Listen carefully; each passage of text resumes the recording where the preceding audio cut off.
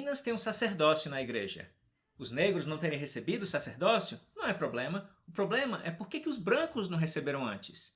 Todos os outros cristãos estão só brincando de igreja. A gente está fazendo um negócio sério. Se você sair dessa igreja, você perderá tudo. Aprenda hoje sobre essas e outras declarações de Brad Wilcox, um líder da igreja que falou tanta besteira que foi obrigado a pedir desculpas em público.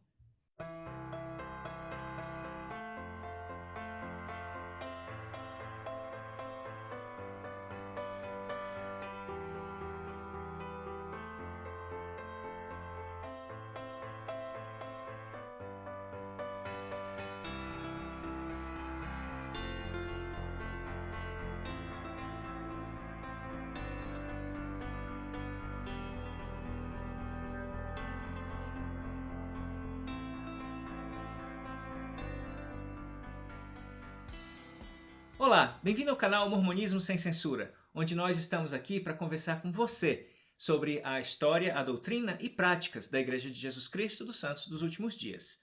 Mas antes da gente continuar, não se esqueça de se inscrever no canal e curtir esse vídeo também para ajudar com a divulgação e acione o sininho para que você seja avisado quando novos vídeos forem publicados.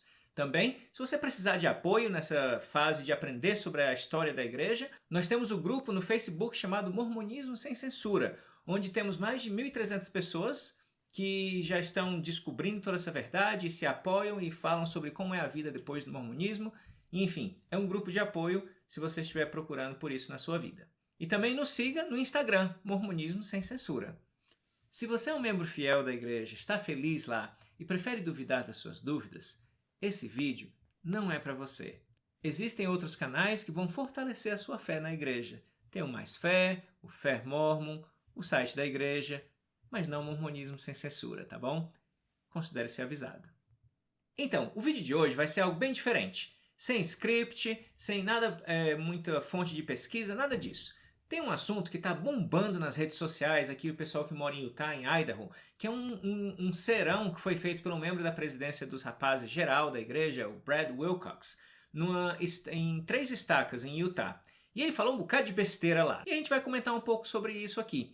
Na descrição do vídeo eu vou colocar um link onde você pode assistir o discurso na íntegra, né? Todo em inglês. Mas há maneiras de você colocar legenda e traduzir se você não entende o inglês.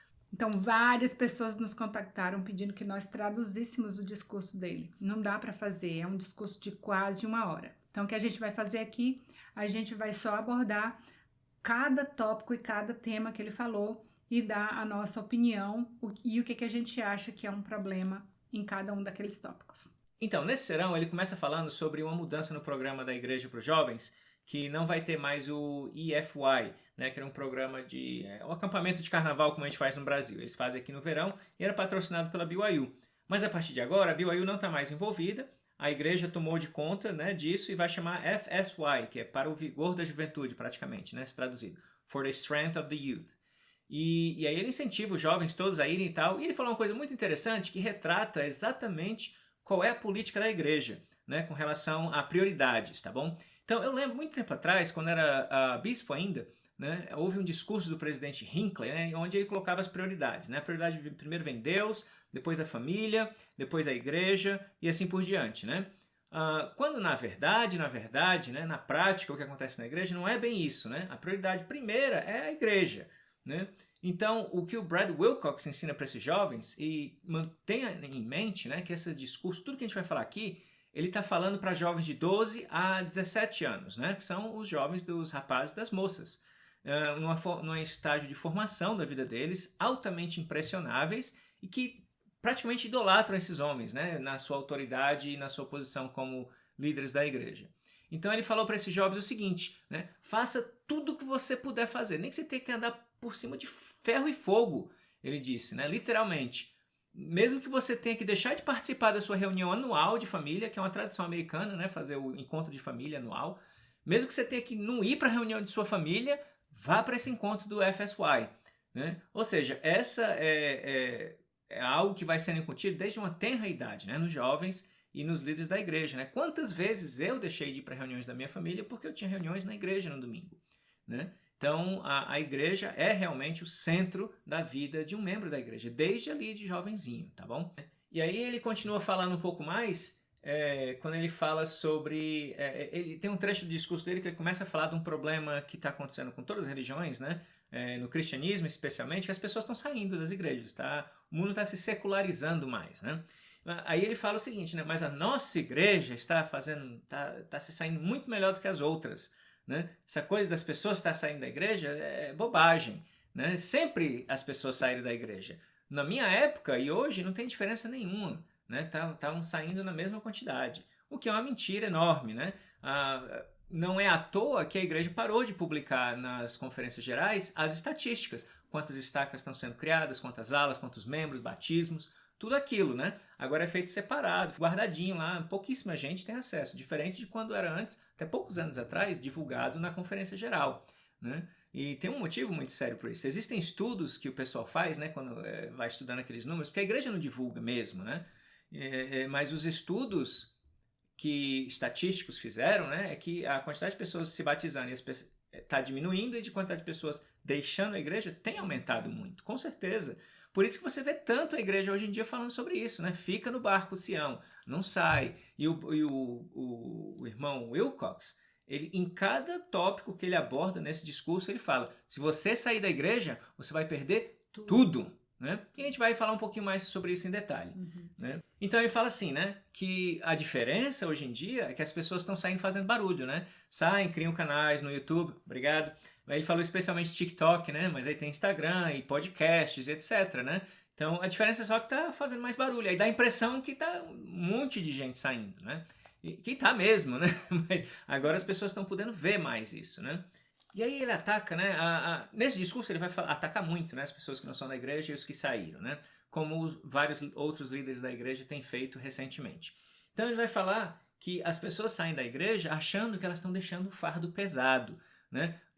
Mais uma vez reforçando o que foi dito recentemente, que as pessoas que saem da igreja são preguiçosas, né? Em vários discursos é falado, é abordado esse tipo de coisa, é tentado pintar o membro que saiu da igreja como preguiçoso, né? Ele saiu porque ele dá muito trabalho ser membro da igreja, tem que servir, tem que ler escritura, tem que orar, tem que ir para templo, né? Então você sai da igreja porque você é preguiçoso, né? Então essa é a visão que ele está tentando passar ali para os jovens de 12 a 17 anos, né? E aí quando eles veem os pais deles saindo da igreja, essa é a visão que eles vão ter dos pais dele, dos tios, dos avós, né? Estão saindo porque são preguiçosos, né? Que não querem aquele fardo. E ele fala, mas o fardo da igreja é leve, né? Então você vai agora enfrentar a vida sem a ajuda da igreja, né? Tá ferrado, amigo. Basicamente é o que ele fala, né? E aí depois disso ele vai entrar numa parte do discurso onde ele vai falar sobre 6 grandes verdades que os membros da igreja somente os membros da igreja aprendem, né? Que fora lá no mundo ninguém mais tem essas verdades.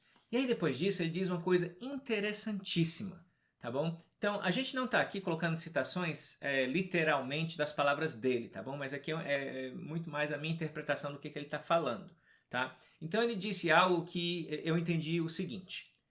Algumas pessoas podem sair de outras igrejas e não perderão muita coisa. Se você sair dessa igreja, você perderá tudo. Então, assim, né? É igual a pessoa viciada em drogas, né? Você não pode parar de usar a droga porque você vai ter a abstinência e sua vida vai se degradar, né? Vai ser um problema.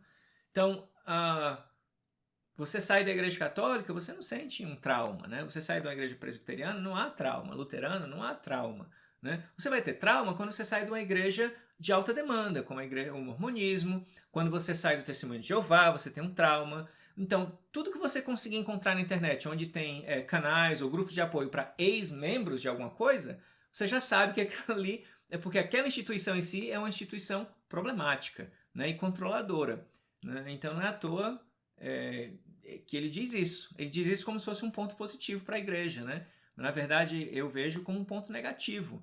Né? Porque a igreja domina tanto a sua vida e lhe abrange tanto que você não consegue viver sem ela, né? E é o que a gente vê em muitos casos, especialmente quando você tem familiares todos na igreja, tudo. É muito difícil sair da igreja. Sua visão de mundo acaba, é como se estivesse tirando o chão debaixo de você, né? Isso é a característica básica de uma igreja de alta demanda ou de uma seita. né? Então, irmão Wilcox, pegou mal, hein? Não era para ter dito isso, não. Né? Nenhuma igreja de alta demanda deixa você sair com a sua integridade intacta. Né? Você sempre saiu porque você foi fraco, porque você queria pecar, porque você é preguiçoso, e a sua vida vai ser uma desgraça. Né? Fala com os 1.300 membros do grupo Mormonismo Sem Censura. Pergunta para eles se a vida deles é uma desgraça e triste e solitária. Isso é uma mentira bem grande, tá bom? Outra coisa, a gente começa a perceber a partir daí o controle pelo medo. Quando ele fala que se você sair dessa igreja, você vai perder tudo. E ele enfatiza isso com muita veemência, né? E aí ele está jogando nos jovens o medo. Aí o irmão Wilcox entra numa parte no discurso onde ele usa a palavra gospel, que quer dizer evangelho, e ele vai dizer que a igreja tem 6 grandes verdades que você não encontra em nenhum outro lugar. E aí cada letra da palavra gospel representa uma dessas grandes verdades, né? Então, em inglês, né, eu vou traduzir, mas na tela você está vendo aí a palavra gospel e o que cada letra significa em inglês, né? Mas traduzindo, ele está falando que as 6 verdades são a deidade, a única igreja verdadeira, o Espírito, o sacerdócio, a igreja é para todo mundo e profetas vivos. E a gente vai falar um pouquinho sobre cada um desses pontos, tá bom? Então, Sandra, fala aí pra gente um pouquinho o que ele ensinou sobre a deidade. Tá bom. Ele falou que na igreja, somente nessa igreja, você vai aprender que Deus e Jesus Cristo são 2 seres distintos, separados de carne e ossos e corpos perfeitos. Que em nenhuma outra religião você vai encontrar isso. E quem te trouxe essa verdade? Joseph Smith. Foi ele que te ensinou isso. Através do quê? Da primeira visão. Que ele viu 2 personagens. Então, ele conecta a deidade, Deus e Jesus Cristo, com a primeira visão de Joseph Smith. O grande problema disso é que a gente sabe que a primeira versão da primeira visão foi escrita pela própria mão de Joseph Smith e ele falou que viu apenas um personagem, que foi o Senhor. Essa outra versão que a gente sabe hoje, que ele viu 2 personagens, só veio depois e foi escrito por mão de terceiros, de escribas. Então isso é um problema. Mas, inclusive, ele conta uma história de um rapaz que chegou para ele e falou o seguinte: eu não acredito em Joseph Smith, mas eu acredito em Deus e em Jesus Cristo. E ele falou na cara do rapaz que ele tinha falado uma grande idiotice. E ele falou que não tem como desconectar. Se você não acreditar em Joseph Smith, então não tem como você acreditar em Jesus Cristo. Então ele vai colocando essa mensagem na cabeça dos jovens. E eu vou dizer uma coisa: a maioria desses jovens acreditam literalmente no que ele está falando, que não tem como desconectar a deidade, Deus e Jesus Cristo, da história de Joseph Smith. E aí também está outro grande perigo. No dia que esse jovem descobrir que a primeira visão, né, e que Joseph Smith viu um personagem e depois foi dito que viu outros personagens, isso pode cair por terra e destruir o testemunho dessa pessoa e levar ela a sair da igreja. Marcelo, você quer acrescentar alguma coisa? Exato, e ele fala assim, né? Como é que a gente sabe que Deus e Jesus Cristo são 2 personagens e que eles têm carne e ossos? Aí ele fala, a gente pode provar nas escrituras, mas o principal foi a primeira visão. Como a Sandra falou, a primeira visão original, na verdade, só era um personagem, então aí já caiu por terra. E o outro detalhe é que Joseph Smith nunca apertou a mão deles, nunca tocou neles. Como é que ele sabe que eles eram carne e ossos? Né? Ele viu lá na luz e tudo, diz ele, né? E, então, essa é uma grande falácia, né? É uma interpretação depois, né? Que teve inclusive que ser mudada os versículos no livro de Mórmon para se enquadrar nessa visão de Joseph Smith, que foi mudando ao longo do tempo de um personagem. Depois ele ensinou num discurso que inclusive chegou a ser parte das escrituras e depois foi retirada, né? Que Deus é espírito e que Jesus Cristo tem um corpo, né? E que o Espírito Santo é a vontade de Deus, o que na verdade é exatamente a doutrina dos testemunhos de Jeová, né? Mas depois ele mudou essa doutrina e aí o livro de Mórmon também foi alterado, né? E hoje a gente tem essa versão diferente e quase ninguém sabe do que era no passado, né?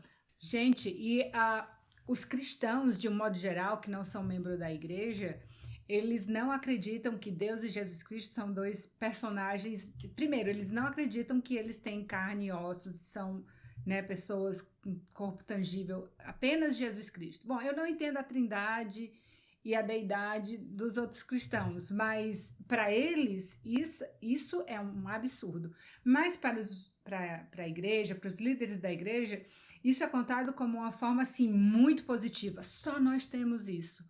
Mas o problema é quando essa teologia, essa doutrina é tão frágil que pode cair por terra. Como o que prova que Deus e Jesus Cristo são dois seres distintos de corpos, de carne e osso? Por quê? Porque Joseph Smith falou. Pronto. E aí quando você aprende que Joseph Smith mentiu sobre tantas outras coisas, né, aí você começa a questionar, e será que ele mentiu sobre isso também? Né? Aí começa todo o problema, né? Então, outra coisa que o irmão Wilcox falou, ainda falando sobre a deidade, né, sobre Joseph Smith, ele tenta inocular os jovens, né, dizendo, olha, o pessoal lá fora diz que Joseph mentiu, quando você ouvir isso, não estranhe, né, não se assuste, né? Então ele está meio que ali inoculando, né? E ele fala algo mais ou menos assim, tá bom? Parafraseando. Se Joseph Smith estivesse mentindo, ele diria uma mentira que fosse mais aceitável, não algo completamente incrível e diferente das crenças de sua época. E aí, em seguida, ele diz o seguinte, que ou Joseph Smith era um péssimo mentiroso, ou ele era um pregador da verdade. E aí eu completo, né? Ou então ele era um mentiroso formidável, né?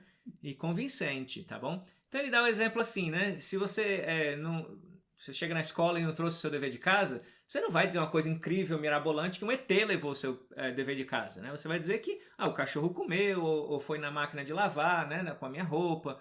Alguma coisa que o professor possa acreditar. E aí Joseph Smith, em teoria, estava dizendo algo tão extraordinário para a época dele, né, que se ele tivesse mentindo, ele teria dito a mentira mais aceitável, tá bom? Então, essa coisa de que eram dois personagens, de carne e osso, que a gente acabou de falar aqui, não foi nada disso que ele falou no começo. O que ele falou foi exatamente a mentira aceitável. Eu não posso dizer aqui que era mentira, na verdade. Eu não estava lá para saber se ele viu ou não viu, né? Mas a história dele era muito aceitável na época. A história original, não a que foi alterada depois. Né? Porque a história original, ele foi orar no bosque, viu Jesus Cristo perdoou os pecados dele. Acabou. Foi isso que ele viu, né? De acordo com o primeiro relato dele. E aí, relatos iguais tinha de montão na época dele, na região que ele morava. Né? Então não era nada de incrível.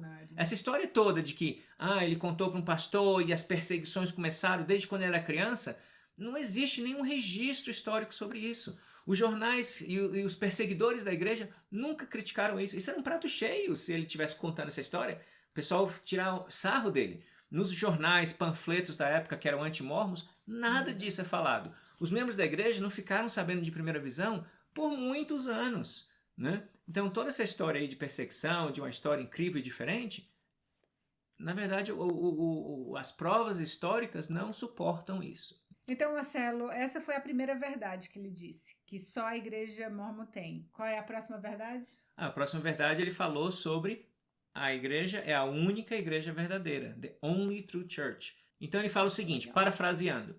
Então não estamos em uma competição, não estamos dizendo que somos o número 1.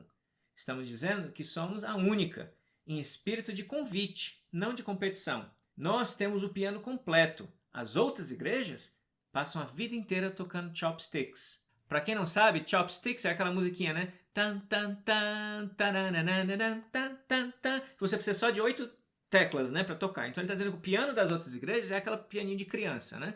O nosso é o órgão, né, de 3 níveis, né? É o piano completo, tá? É isso que ele tá dizendo. Ele fala, não é uma competição, né? A gente não tá aqui pra dizer que a gente é número 1. Aí ele não fala com essas palavras, mas o resumo da ópera é que nós somos não o número 1, porque aí teriam 2 ou 3, né? Nós somos o único, o resto é... A gente sabe que o livro de Mormon diz muito claramente que todas as outras igrejas são do diabo, né? Então essa é a doutrina da igreja. O resto é política da boa vizinhança, é politicamente correto, é balela, né? A doutrina mesmo da igreja é que o seu amigo que é católico, o seu amigo que é budista, o muçulmano, o luterano da quadrangular, eles estão na igreja do diabo, né? Então ele vai falar um pouco sobre isso mais na frente, daqui a pouco, quando ele fala de sacerdócio. Essa é a segunda verdade, né? A única igreja verdadeira. E aí Mais uma vez, cada verdade que ele vai falando, ele faz questão de enfatizar. Se você sair da igreja, você está perdendo isso, né? E a vida não vai ser fácil, né? Não saia. Bom, qual é a terceira verdade, Sandra? Muçulmanos, hindus, judeus, cristãos podem sentir o influxo do Espírito esporadicamente. Nós temos o dom do Espírito Santo, que nos permite ter o Espírito conosco o tempo todo. E aí ele vai tentar explicar qual a diferença entre sentir o influxo do Espírito e ter o influxo do Espírito. E aí ele vai falar de novo o seguinte, ele diz, se você acha que não sente o Espírito o tempo todo, é porque você está acostumado com ele. E aí ele conta a história, por exemplo, é como se fosse um peixe que está dentro d'água, né? E ele não percebe que está dentro d'água, né? Você diz assim, olha, aqui está a água, e o peixe faz, que água, né? Mas tirar o peixe de dentro do aquário, assim ele vai perceber que não tem água. Essa é a diferença dos membros da igreja. É como se os membros tivessem o dom do Espírito Santo o tempo todo. E aí ele se contradiz, porque ele, ao mesmo tempo que ele diz que nós temos essa influência o tempo todo, esse dom o tempo todo, nós não o sentimos o tempo todo, né? E ele diz, ainda bem que não sentimos o Espírito Santo arder como um fogo, tal como um facho de luz vem ardendo. E aí ele diz que ainda bem que a gente não sente esse ardor o tempo todo. E aí ele faz as expressões, ele usa de gestos, né? Quando ele diz, imagina você tá no chuveiro e de repente, né? Sente o espírito, né? Sente o espírito. O café da manhã você vai tomar, derrama o cereal, você sentindo aquela coisa forte do espírito o tempo todo, né? Ou seja, né, nós temos o dom do espírito o tempo todo, mas que bom que a gente não tem o tempo todo. Porque na verdade é uma coisa muito difícil mesmo, se você for pensar criticamente na explicação do dom do Espírito, é muito difícil. E ele tenta, mas é furado, né? Porque ele fala assim, o membro da igreja ele tem o direito de ter o dom do Espírito o tempo todo, mas ainda bem que ele não sente aquela coisa forte o tempo todo. As outras pessoas que não são da igreja, elas podem sentir aquela coisa forte de vez em quando, do mesmo jeito que o membro também só sente de vez em quando, né? E o membro ele sente aquele calor como se fosse o aquecimento da casa, aquela coisa gostosa, né? O tempo todo. Mas as pessoas lá fora sentem a mesma coisa, não tem diferença nenhuma, né? A diferença é artificialmente colocada, né? Para que você, nas palestras e tudo mais, para que você ache que faz sentido, mas para pensar um pouquinho, né? Não faz sentido. As pessoas fora da igreja têm as mesmas emoções, né? O que a psicologia chama de o sentimento de elevação. Quando você vê uma pessoa fazendo uma coisa maravilhosa, que eleva o espírito, que inspira, né? Aquele sentimento que você sente, aquele arrepio, aquela coisa gostosa que você sente numa reunião de testemunho, né? Eu senti quando o Homem de Ferro estalou o dedo e se sacrificou para salvar metade dos seres vivos no mundo, né? E quando eu escuto uma música inspiradora, é a mesma coisa, não tem diferença nenhuma, né? E a igreja tenta, o que a igreja faz, né? E religiões de alta demanda fazem, né? Elas pegam uma coisa que é comum, que todo mundo tem, ela tira de você, ela coloca uma etiqueta em cima e vende de volta para você. Olha, só a gente que te dá isso. Não, você já tinha aquilo ali o tempo todo, né? E é isso que a gente faz com essa coisa do dom do Espírito, né? Então é muito interessante aprender sobre essa coisa toda. Tá, e aí a gente vê a igreja tentando trabalhar com a dissonância cognitiva dos jovens, tentando dar pistas para que eles consigam explicar coisas que não são explicáveis. Quando o Wilcox tenta dizer que nós não estamos lá gritando, nós somos o número 1, nós somos o número 1. Na realidade, nós estamos dizendo que nós somos a única igreja verdadeira, em forma de convite. É a mesma coisa. E quando ele diz que as outras religiões, as pessoas das outras religiões não têm o dom do Espírito Santo, ele só tem, assim, a influência do Espírito Santo. É a mesma coisa. Aí ameaça, né? Como eu disse, cada ponto teve uma ameaça. A gente não vai falar todos, mas esse aqui é interessante. O que foi que ele falou? Ele fala o seguinte, abre aspas, se você sair da igreja, você deixará de sentir o Espírito o tempo todo. Não terá sua direção, o testemunho, a paz, o conforto, a santificação que ele traz em sua vida. Fecha aspas. E aí a gente vai encerrar essa parte falando sobre o Espírito e o Marcelo vai falar agora sobre sacerdócio, né? Que é a próxima letra lá da palavra gospel, né? É o P, de priesthood. E aí ele diz o seguinte, né? Mais uma vez, parafraseando. Todas as outras religiões, por mais bem intencionadas que sejam, estão apenas brincando de igreja, pois eles não têm autoridade e permissão de Deus. Então, o que eles fazem não serve de nada. E aí ele vai dar exemplos, né, sobre as ordenanças que outras religiões fazem, sobre casamento, né, que até a morte os separa. Ele conta uma história até engraçadinha, bem ofensiva, né, da moça que queria estava chateada porque o casamento ia ser só até a morte os separe. E ele conta a história toda lá, como ele falou para ela sobre o poder do selamento e tudo mais. E ela vai lá e ela reescreve, né, o discurso do pastor lá da igreja dela, né, para dizer que estava selando eles até para essa vida e eternidade, né? E ele fala, não, tá errado, né? Ele não tem o poder para fazer isso, né? E aí ele faz até uma brincadeirinha, né? Que ela foi pro pastor e perguntou se ela poderia reescrever o discurso, e ele falou sim, por uma taxinha, né? E ele faz assim com a mão, ó, né? Meio irônico, né? Tirando sarro, né? Tudo por dinheiro, né? Esqueceu ele, né, que na cerimônia dela todos os convidados podiam assistir sem pagar nada, né? Na Igreja de Jesus Cristo dos Santos dos Últimos Dias, para você assistir o selamento, você tem que pagar 10% da sua renda por pelo menos um ano, né? Os noivos e quem quiser assistir, né? Então, por uma pequena taxinha, você pode ir lá assistir o casamento também, tá bom? Então, irmão Wilcox, não vamos tirar sarro dos outros não, tá bom? Porque você tem um rabo preso também, tá bom? Com a doutrina. E aí ele vai para a parte mais ofensiva, que é o que bombou nas redes sociais. Aí o pessoal está ficando maluco aqui, né? Alguns canais aí de YouTube estão virando noite, gravando e fazendo coisa, tá um bafafá danado. Quando ele foi falar sobre sacerdócio, né? Ele começa uma tática, né, muito especial, né, que alguns líderes da igreja já confessaram usarem, né? Que é quando você faz uma pergunta difícil para um líder da igreja, a tática que ele vai usar, que ele é ensinado a usar, né, a não responder a sua pergunta. Ele vai responder a pergunta que você deveria ter feito, no julgamento dele, claro, né? E aí ele fala o seguinte, né? Algumas pessoas têm problemas, né? Por que os negros não receberam o sacerdócio? Aí ele diz o seguinte, por que os negros não receberam o sacerdócio até 1978? Será que era Brigham Young que era escroto? Ou os líderes da igreja eram racistas?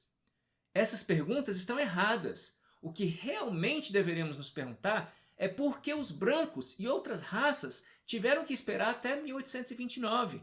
Por que os gentios tiveram que esperar até depois que os judeus tivessem um sacerdócio? E aí por diante, né? E aí essa coisa dele falar que por que os brancos tiveram que esperar contra os negros, aqui nos Estados Unidos isso é não, né? Você não pode tocar nesse assunto aqui, tá bom? E foi essa parte do discurso dele que ele depois, né, foi se retratar publicamente, né? Obviamente foi a igreja, né, que viu isso aí tudo e falou para, olha, irmão Wilcox, você vai ter que se desculpar dessa parte aí do discurso. Por que eu acho que foi a igreja que mandou ele fazer isso e não a culpa que ele sentiu, que ele falou uma besteira, né? Porque ele diz isso, ele fala que o exemplo que ele deu não saiu do jeito que ele queria, foi mal interpretado, ele não falou da forma que ele realmente queria se expressar.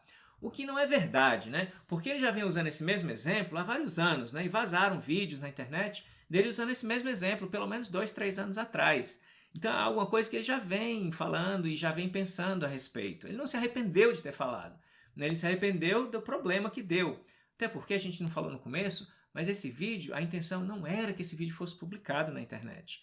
Esse era um serão transmitido pelo Zoom, né? E ficou o link lá para quem quisesse assistir depois. E aí o pessoal, né, baixou nos seus próprios computadores e começou a espalhar, né? E hoje, inclusive, aquele link não está mais disponível, né? A igreja rapidinho, em questão de horas, né, tirou o link, tá bom? Então foi o departamento de assuntos públicos da igreja realmente que falou com ele, olha, é melhor, tem que pedir desculpa porque o negócio tá feio, né?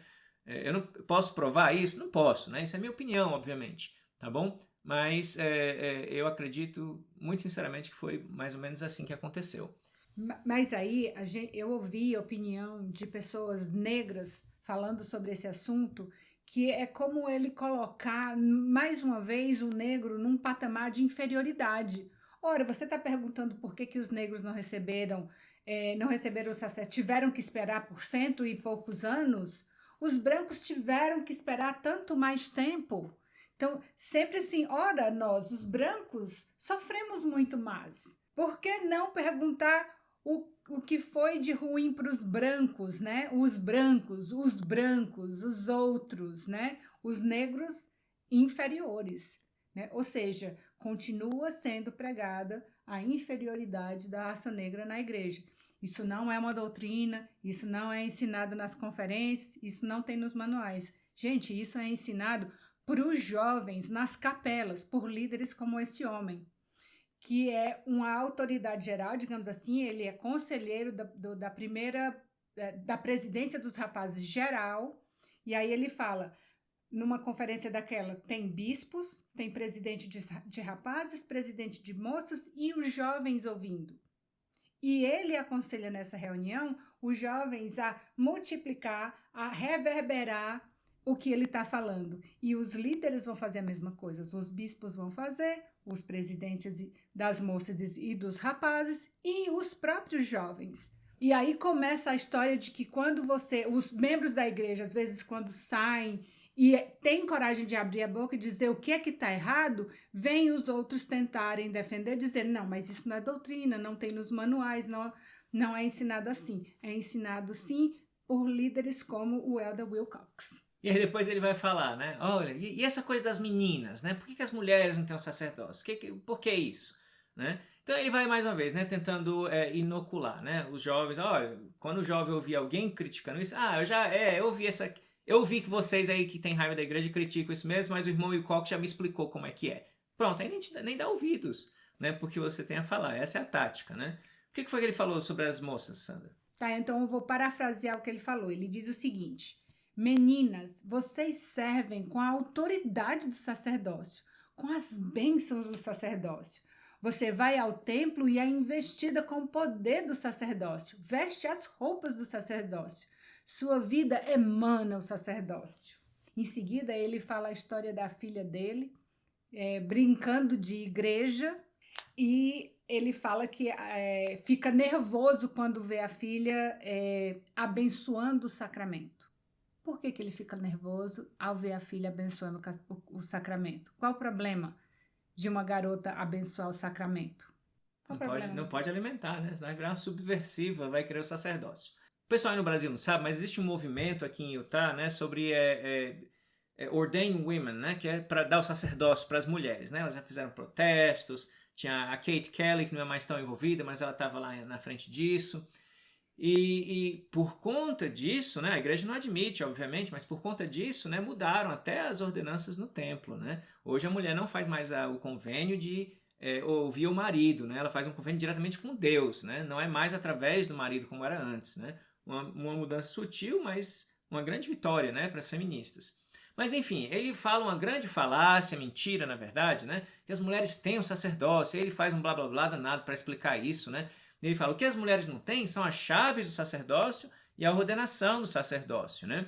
As chaves do sacerdócio são a autoridade administrativa para cuidar dos assuntos administrativos da igreja. Ele fala, só 4 homens, né, e rapazes em cada ala tem essa autoridade, né? Que é o bispo, o presidente do coro de eldres, o presidente do coro dos sacerdotes, e do coro dos mestres e o presidente do coro dos diáconos, né? E ele falou, a maioria dos homens nem tem essa chave, por que vocês estão fazendo tanto barulho por causa disso, né? Mulheres, fica na tua aí. Ele não diz assim, né? Mas essa é a posição da igreja, né?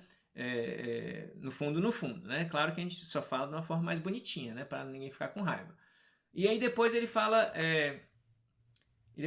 o seguinte, que as mulheres não são ordenadas ao sacerdócio, né? O que ele não entra em detalhe, né, é como é que funciona essa ordenação ao sacerdócio. Se você for olhar o manual da igreja, quando um rapaz ele é ordenado ao sacerdócio, são 2 fases, né?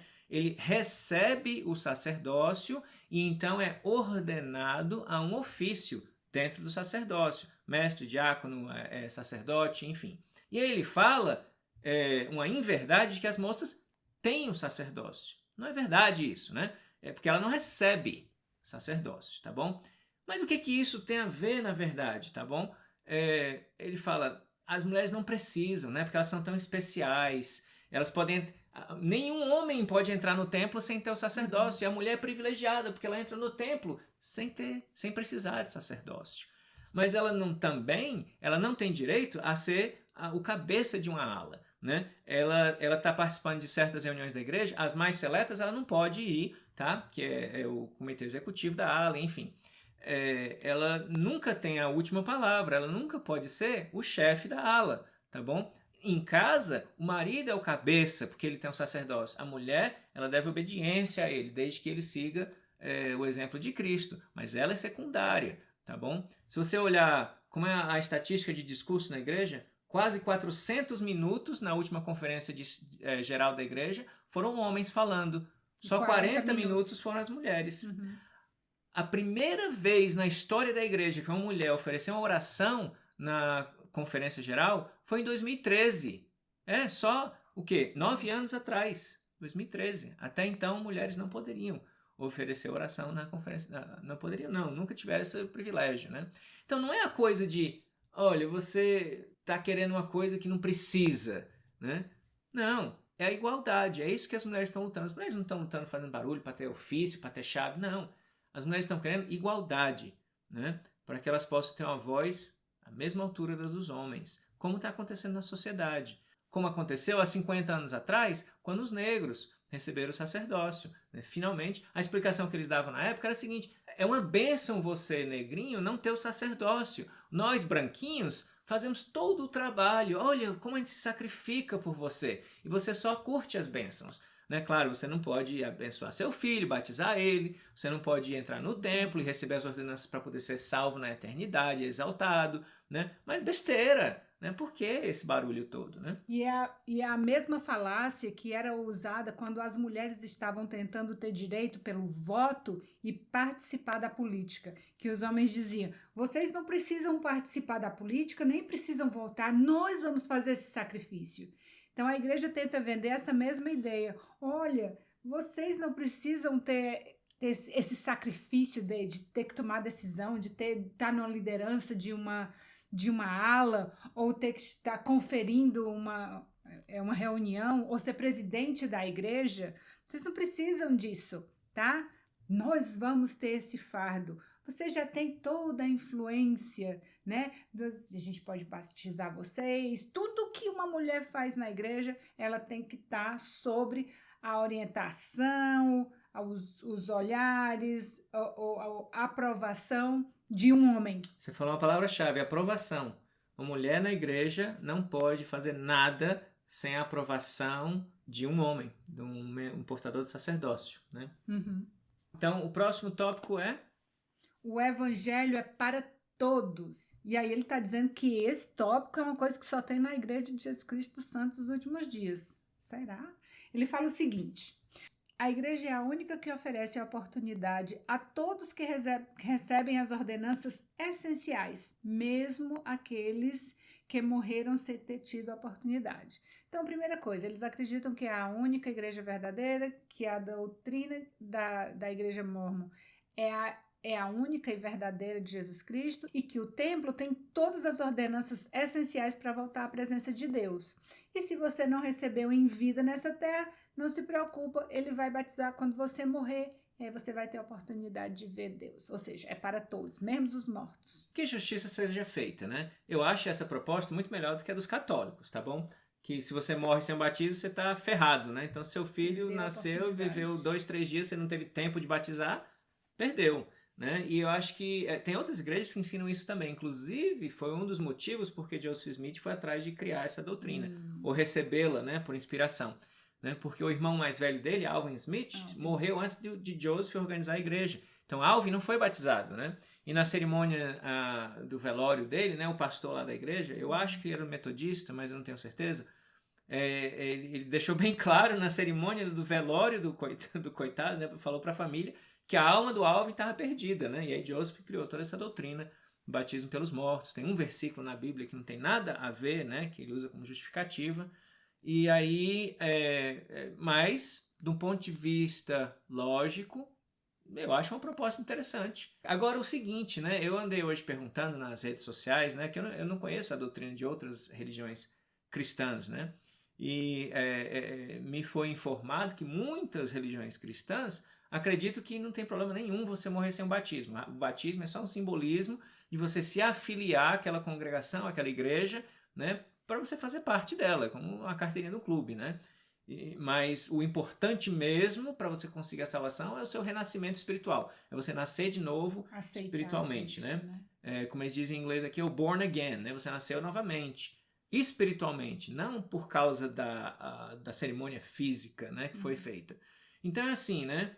O que muitas religiões fazem, especialmente religiões de alta demanda, né, é criar o problema e aí oferecer a solução. O problema não existia para começar, né? Mas ela criou um problema, né? Você precisa dessas ordenanças, né? As ordenanças do templo que não tem nada na Bíblia, né? A igreja está restaurando uma coisa que nunca existiu. Eu não sei como é que você restaura uma coisa que não existia antes, né? As ordenanças todas do templo não tem nada escrito na Bíblia sobre elas, né? Mas você está restaurando alguma coisa que não tinha antes.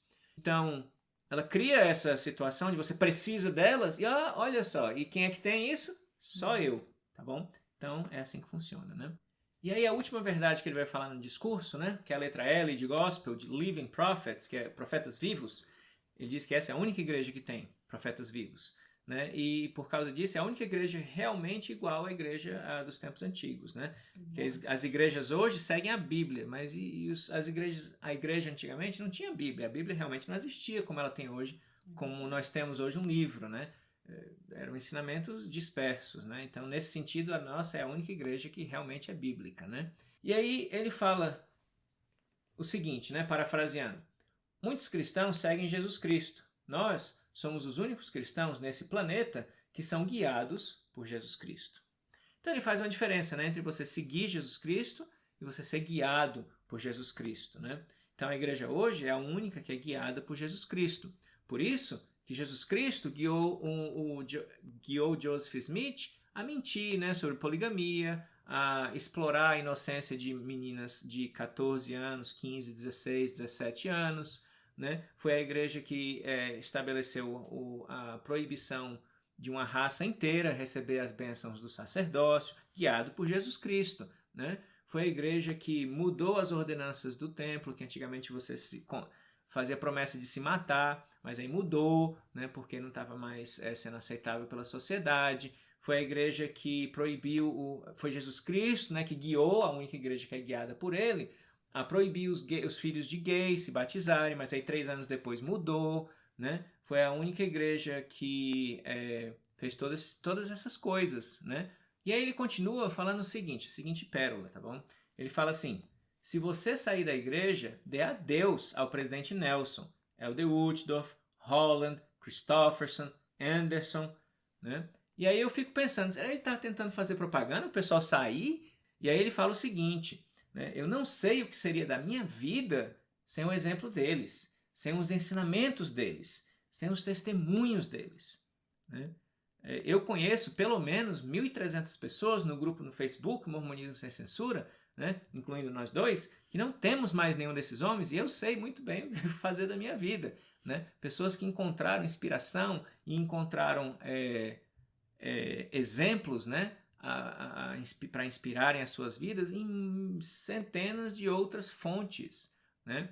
Não, irmão Wilcox, nós não precisamos desses homens, né? Eu não preciso de uma religião que crie em mim uma sensação de dependência, né?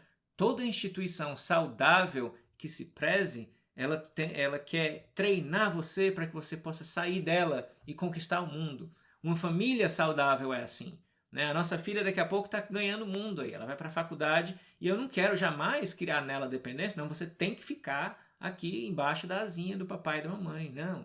Né? Um hospital, ele vai tratar você da sua doença para que você saia, né, e vá ganhar o mundo. Uma faculdade é assim também. Imagina uma faculdade que ficasse criando em você a dependência que você tem que continuar estudando o resto da sua vida, né, para ganhar o seu dinheirinho, o seu dinheirinho lá, tá bom? Não, né? Uma instituição saudável, ela vai lhe dar ferramentas para que você um dia não precise mais dela como muletas, né, na sua vida.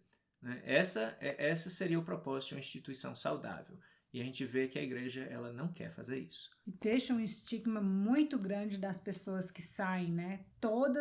Em cada um desses tópicos, ele volta e fala: quer sair da igreja? Quer dizer adeus para a igreja? Dê adeus para os profetas vivos. Quer dizer adeus para a igreja? Dê adeus para o sacerdócio. Quer dizer adeus para a igreja? Dê adeus, assim, sempre usando o medo, vergonha e a culpa nas pessoas. Hoje, que a gente consegue olhar de fora para dentro, a gente consegue ver essa problemática de uma forma gritante. Esse discurso dele é um grande exemplo. A gente não está aqui atacando a pessoa dele. A gente está aqui criticando o discurso dele, que foi problemático do começo até o final. Isso. O problema não é nenhum indivíduo. Então a gente está encerrando aqui o vídeo e muitas pessoas às vezes pensam, né, que esse tipo de conversa, de debate, né, é para criticar a pessoa do Brother Wilcox. Né? Não, ele é, em certo sentido, até uma vítima também do sistema.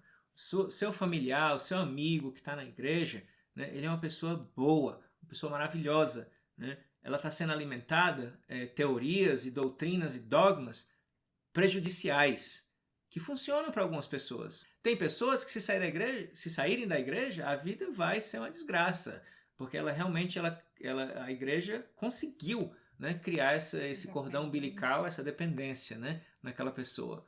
Mas se você não está se sentindo bem lá, se alguma coisa não está funcionando, tá aquela pulga atrás da orelha, se você acha que não está te alimentando espiritualmente, que não está fazendo você crescer, que está faltando alguma coisa, não tenha medo. Sair da igreja, ao contrário do que o Wilcox tenta incutir nesses jovens, não vai arrasar a sua vida. Se a igreja não está lhe fazendo bem, saia. Se a igreja está lhe fazendo bem, lhe fazendo feliz, fique. Mas não critique aqueles que saíram. Deixe as pessoas saírem com a sua dignidade intacta. Não ataque os motivos delas para que você possa se sentir melhor ali com a sua carteirinha, né, do templo na sua carteira e atacando aqueles que saíram para que você possa se sentir melhor consigo Exato. mesmo. Né? O respeito mútuo, é isso que eu tenho, é o grande sonho da minha vida, né? Que os membros da igreja que assistam a esse canal, esse tipo de conteúdo meu ou de outros, possam entender, olha, a igreja tem problemas. Você gosta? Fantástico, né? Mas não crie uma bolha, um pedestal e coloque esses homens lá e ataque todo mundo que não concorde com eles. Então, essa é a mensagem que eu gostaria de passar. Sandra, alguma consideração final? Tá, então só encerrando mais uma vez, enfatizando que a gente não está criticando a pessoa do Brad Wilcox. Não o conheço. A única coisa que eu sei é que ele é um grande líder na igreja, né? Tem um prestígio muito grande na igreja e é um professor da BYU, então ele é muito respeitado.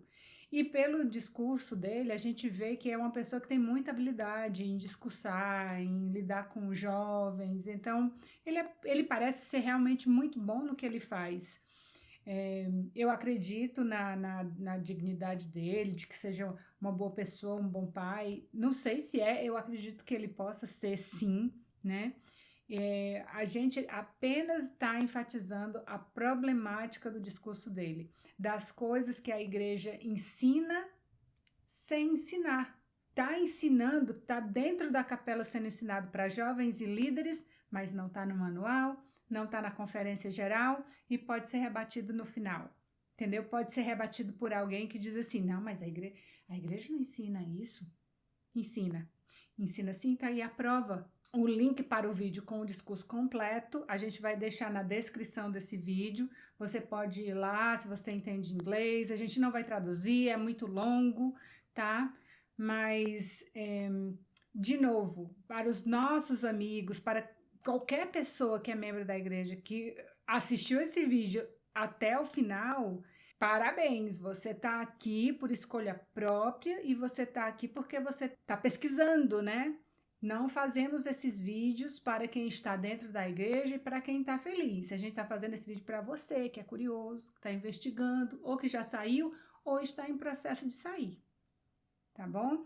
Então, se você conhece alguém que vai tirar algum proveito desse vídeo, se você percebe que tem um amigo que está tendo dificuldade dentro da igreja, que não está feliz na igreja, de repente ele precisa ouvir e ver esse vídeo e outros do nosso canal. Obrigada por estar aqui até agora com a gente, obrigada pelo apoio de vocês. A gente faz isso porque a gente sabe que está ajudando. Obrigado para você que assistiu a gente até aqui. Espero que tenha servido de alguma ajuda. E ficamos por aqui. Até a próxima. Sem censura, mas com respeito. Isso. Tchau.